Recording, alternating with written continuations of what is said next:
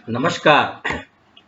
आज हम BSc second year की बॉटनी के सेकंड पेपर जिसका नाम है diversity and systematics of seed plant अर्थात बीजीय पादपों की विविधता और वर्गीकी, इसमें एंजियोस्पर्म की बात करेंगे। इसमें जो फिफ्थ यूनिट है, आखिरी यूनिट है, इसमें फैमिली कंपोजिटी जिसका नया नाम है एस्ट्रेसी, इसकी पार्ट फर्स्ट पर हम चर्चा करेंगे। ये बहुत महत्वपूर्ण फैमिली है जिसको पुष्पीय पादपों की एडवांस फैमिली के रूप में इंगित किया जाता है, पहचाना जाता है। इस फैमिली में ऑर्नामेंटल प्लांट भी शामिल हैं और इस फैमिली के अंदर वाइल्ड प्लांट भी शामिल है। इस फैमिली पर आज हम चर्चा करेंगे, फैमिली कंपोजिटी जिसको नया नाम से जाना जाएगा एस्ट्रेसी। ये बीएससी सेकेंड ईयर बॉटनी में सेकंड पेपर है और ये 5 यूनिट के अंदर फैमिली आपके शामिल है, कंपोजिटी फैमिली। सबसे पहले हम देखते हैं इस फैमिली की वर्गीकृत स्थिति, सिस्टमेटिक पोजीशन। फैमिली कंपोजिटी को बेंथम हुकर के अनुसार जो वर्गीकरण किया गया है उसमें इसको रखा गया है डाइकोटिलेडन्स, उसके बाद गेमोपेटली जिसमें संयुक्त दल वाले पादप शामिल हैं, उसमें सीरीज इन्फीरी अर्थात इन्फीरी में जो शामिल है फैमिली उनके अंदर अधोवर्ती अंडाशय होगा। इसका मतलब उनमें जो फ्लावर होगा वो एपिगाइनस ऊपरी जायंगी होगा।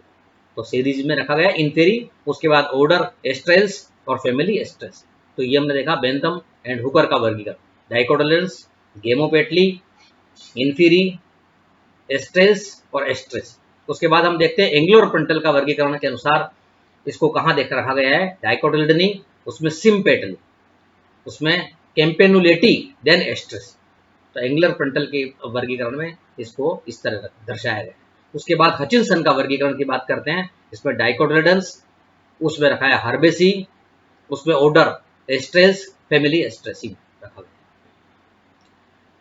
गया। हचिनसन ने 2 में बांटा है डाइकोटिलेडन्स को, लिग्नोसी और हर्बेसी। एस्ट्रेसी शामिल है हर्बेसी में, अर्थात ये एडवांस कैरेक्टर है, इसमें शाकीय पौधे हर्बेसिस प्लांट इसके अंदर शामिल है। तो ये हमने देखी तीनों ऑथर्स के अनुसार इस फैमिली की वर्गीकृत स्थिति। अब हम बात करने जा रहे हैं इस फैमिली के वितरण की और इसके कायिक लक्षणों, अर्थात distribution and vegetative characters of family Compositae, family Asteraceae. सबसे पहले देखते हैं इस फैमिली का वितरण, अकरेंस एंड डिस्ट्रीब्यूशन। इस जो इसकी प्राप्ति है, इस फैमिली की प्राप्ति स्थान और वितरण वो बहुत विश्वव्यापी है। It is one of the largest family of the flowering plants. यह न केवल द्विबीज पत्रों पौधों की अपितु आवर्तबीजी पौधों के सर्वाधिक महत्वपूर्ण और बड़े कुल में से शामिल है। केवल हम बात ये नहीं करें कि ये जो फैमिली है बहुत बड़ी फैमिली है, ये केवल जो है इनकी फैमिली है डाइकोट की, बल्कि ये जितने भी एंजियोस्पर्म फ्लावरिंग प्लांट है उनमें बहुत बड़ी फैमिली में से एक है। एस्ट्रेसी आवर्तबीजी पौधों का एक बहुत बड़ा कुल है जिसमें लगभग 960 जेनेरा और लगभग 20,000 स्पीशीज शामिल की गई है। इसके जो फ्लावरिंग प्लांट की कुल संख्या का 10% से अधिक है। इस कुल के सदस्य प्राय विश्व में सभी भागों में पाए जाते हैं। भारत के अंदर एस्ट्रेसी के अर्थात कंपोजिटी के लगभग 138 जेनेरा और 708 स्पीशीज पाई जाती है, जो हिमालय से दक्षिण भारतीय क्षेत्र में सब में उगती है। चार्ल्स बेसे के अनुसार कंपोजिटी या एस्ट्रेसी कुल के पौधे विकासीय प्रवृत्तियों की चरम सीमा को निरूपित करते हैं, अर्थात ये क्लाइमेक्स लिमिट है इवोल्यूशनरी लाइन की। सभी दृष्टियों से इसे आवर्तबीजी पौधों के सर्वाधिक विकसित कुल में रखा गया है। इसको बहुत ही एडवांस फैमिली माना गया। तो ये हमने देखा ये बहुत ही विकसित कुल मानी गई है और सभी दृष्टियों में परम विकसित कुल माना गया है। कॉस्मोपोलिशन एंड डिस्ट्रीब्यूशन, पूरे वितरण विश्वव्यापी है और it is considered as a advance family. इसको प्रगत कुल के रूप में हम मानेंगे। ये बात हुई इसके वितरण। अब आप बात करते हैं इसके कायिक लक्षणों की, वेजिटेटिव कैरेक्टर्स, जिसमें हम बात करेंगे प्लांट हैबिट, रूट, स्टेम और लीव्स। सबसे पहले हम बात करते हैं इस फैमिली में आने वाले प्लांट हैबिट की पादप स्वभाव। इसमें जो मोस्टली प्लांट है वो हर्ब्स होंगे, बहुत कम श्रब्स है और रेयरली ट्री है। मोस्टली एनुअल और पेरेनियल हर्ब्स। इसमें जो प्लांट शामिल है वो या तो एक वर्षीय या बहुवर्षीय शाख है, लेकिन सम प्लांट्स श्रब्स भी रूप में, जैसे कि हम बात करते हैं सूरजमुखी के हेलियंथस, हेलियंथस एनोस, एक शुप है, एक श्रब है। और रेयरली ट्री होंगे, जैसे हम एक नाम में दिखाई दे रहा वर्नोनिया आर्बोरिया, ये एक पेड़ है, ट्री है। अदरवाइज ये मेनली जो है वो होंगे herbs. Some are woody climbers, कुछ इसमें ऐसे सदस्य भी हैं जो वुडी क्लाइंबर के रूप में, लाइनास के रूप में, अर्थात काष्ठी आरोही भी हैं, जैसे मिकेनिया स्कैंडेंस, ये नाम हम देख रहे हैं, ये वुडी क्लाइंबर के रूप में पाया गया है। इसमें कुछ दलदली पादप भी है, जैसे केजुलिया, वो एक मार्शी प्लांट है। दूसरी बहुत महत्वपूर्ण बात देखें, हम इस फैमिली में आने वाले जो पादप हैं वो ornamental as well as wild plant भी है। इसमें आने वाले सजावटी पौधे हैं जिनकी खेती की जाती है कमर्शियल रूप से, जिनको उद्यानों में, बगीचों में, पार्क में, घरों में उगाया जाता है, और इनमें जंगली पादप अर्थात वन्य पादप भी एक बहुत बड़ा फ्लोरा बनाते हैं जो इनमें शामिल है। जब हम बात करें विंटर सीजन की, नवंबर, दिसंबर, जनवरी, फरवरी के अंदर हमें लहलाते नजर आएंगे कंपोजिटी के फ्लावर। एस्ट्रेसी फैमिली की प्लांट्स की जब प्रधानता होगी बगीचों के अंदर दिसंबर के महीने के आसपास, तो इसके अंदर ऑर्नामेंटल प्लांट भी शामिल है, इसके अंदर वाइल्ड प्लांट भी शामिल है। उसके बाद हम देखते हैं जड़ किस प्रकार की जड़ है। सामान्य ब्रांच्ड टेप रूट, सामान्य शाखित मूसला जड़ है, परंतु एक बहुत ऑर्नामेंटल सुंदर पौधा है डहेलिया। डहेलिया में जो रूट है, परंतु डहेलिया में फैसिलेटेड रूट, ट्यूबरस रूट पाई जाएगी, गुच्छित जड़, इसके अंदर ट्यूबर रूट पाई जाएगी जब इसकी जड़ को देखेंगे डहेलिया।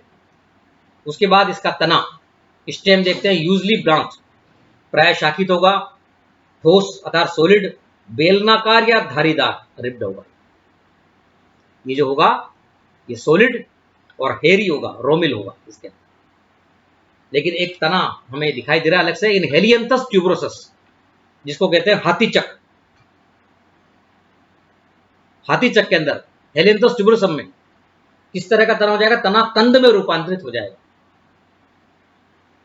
इन हेलियंथस ट्यूबरोसस प्रोड्यूस स्टेम ट्यूबरस, इसमें रूपांतरित हो जाएगा ये तना, ट्यूबर के रूप में रूपांतरित हो जाएगा, जो इसका विशेष मॉर्फोलॉजिकल कैरेक्टर्स है। जब मॉर्फोलॉजी में पढ़ते हैं इसके तने को, हेलियंथस ट्यूबरोसस को। उसके बाद सबसे महत्वपूर्ण रूप से इसकी देखते हैं इसकी पत्तियां, पर्ण। इसकी पत्तियां किस प्रकार की है, यूजुअली अल्टरनेट, रेयरली अपोजिट। इसकी जो पत्तियां हैं सामान्यतः जो है, जो देखते एकांतरित पत्तियां हैं, प्राय एकांतरित। कभी कभी ये सम्मुख है, जैसे एजेरेटम के अंदर ये सम्मुख है, इनके अंदर सम्मुख है, और कभी कभी अपोजिट डेकोसेट है ट्राइडेक्स के अंदर, या ये चक्री रूप से होगी, हुरल्ड रूप से होगी, चक्री रूप से होगी, जैसे हम देखते हैं यूपेटोरियम में, यूपेटोरियम के अंदर ये चक्र होगी। सामान्यतः ये अल्टरनेट होगी, प्राय ये किस प्रकार की होगी, एकांतरित होगी, रेयरली अपोजिट होगी, और कभी कभी ये चक्रिक हुरल्ड होगी। पत्तियां सरल है, इनकी जो पत्तियां हैं वो सरल प्रकार की होगी, सिंपल पत्तियां। पामेटली लोब्ड भी कहीं में होगी, लेकिन ये सरल पत्तियां हम इसको लिखेंगे, सिंपल पत्तियां हैं इनमें जो पाई जाएगी इनके अंदर। एक स्टिपुलेट अर्थात ये अननुपर्णी है, इनकी जो लीव्स है अननुपर्णी। रेटिकुलेट वेनेशन इनमें पाया जाएगा, अर्थात जालिकावश शिरा विन्यास, जो द्विबीजपत्री में सामान्यतः होगा वो इनके अंदर जालिकावश शिरा विन्यास। परंतु एक अपवाद हम यहाँ पर देख रहे हैं, but parallel venations found in Corymbium. इस फैमिली का एक पादप है कोरिम्बियम, जिसमें समानांतर शिरा विन्यास पाया जाएगा, और समानांतर शिरा विन्यास किसमें पाया जाता है, एक बीज पत्री में, मोनोकोट के अंदर, वो इस कोरिम्बियम नामक प्लांट के अंदर पाया जाएगा। उसके बाद हम इसकी पत्तियों में आगे देखते हैं, एक प्लांट है, but sometimes leaves are in basal rosette as in Taraxacum. एक टम्बलवीड प्लांट है टेरेक्सम, जिसको ब्रीज प्रकीर्णन में भी उसको पढ़ा जाता है इस प्लांट को। उसके अंदर जो पत्तियां हैं वो बेसल रोजेट रूप में होगी।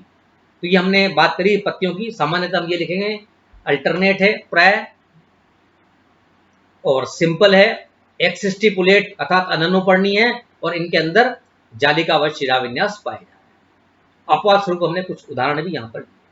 तो वेजिटेटिव कैरेक्टर्स में हमने सबसे पहले देखा प्लांट हैबिट को, जिसमें मोस्टली प्लांट एनुअल और पेरेनियल हर्ब्स होंगे, श्रब्स और ट्री जो है रेयरली होंगे। इसमें ऑर्नामेंटल प्लांट भी शामिल है, इसके अंदर वाइल्ड प्लांट भी शामिल। जड़ सिंपल जड़ है, ब्रांच टेप रूट, परंतु डहेलिया के अंदर ट्यूबरस रूट हो जाएगी।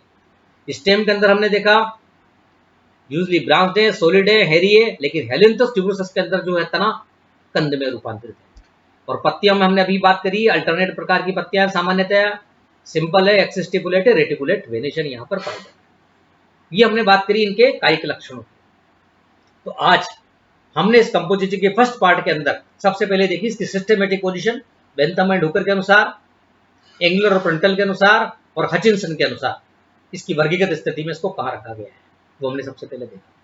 उसके बाद देखा हमने इसका वितरण, जहां हमने देखा वितरण में विश्वव्यापी है इसके अंदर, और इसको एडवांस फैमिली के रूप में इंगित किया गया है, माना गया है, बहुत लार्जेस्ट फैमिली है।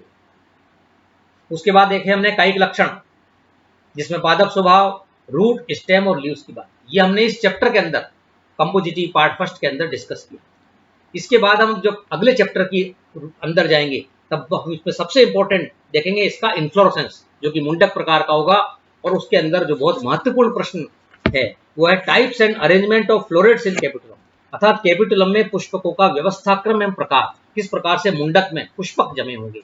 पुष्पक क्या है ये भी नया, अब तक हम पुष्प नाम लेते थे, अब एक नया नाम है पुष्पक, फ्लोरेट, वो हम देखेंगे इसके अंदर। उसके बाद हम बात करेंगे इसके फ्लोरल कैरेक्टर्स में अगले, एंड्रोशियम, गाइनोशियम, जायांग, फ्लोरल फार्मूला, फ्लोरल डायग्राम। फिर ये फैमिली एडवांस मानी जाती है, तो इसके एडवांस कैरेक्टर क्या है, क्यों इसको फैमिली को प्रगत कुल माना गया, उस पर भी डिस्कस उस दौरान किया जाएगा।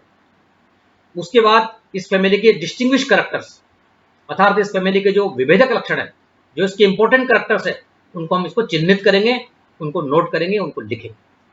और उसके बाद इस फैमिली का आर्थिक महत्व, चूंकि ये बहुत बड़ी फैमिली है, इसके अंदर ऑर्नामेंटल प्लांट भी है, मेडिसिनल प्लांट भी है, बहुत सारे प्लांट है, उन सारे प्लांट की हम इसमें डिस्कस करेंगे, वर्णन करेंगे। धन्यवाद।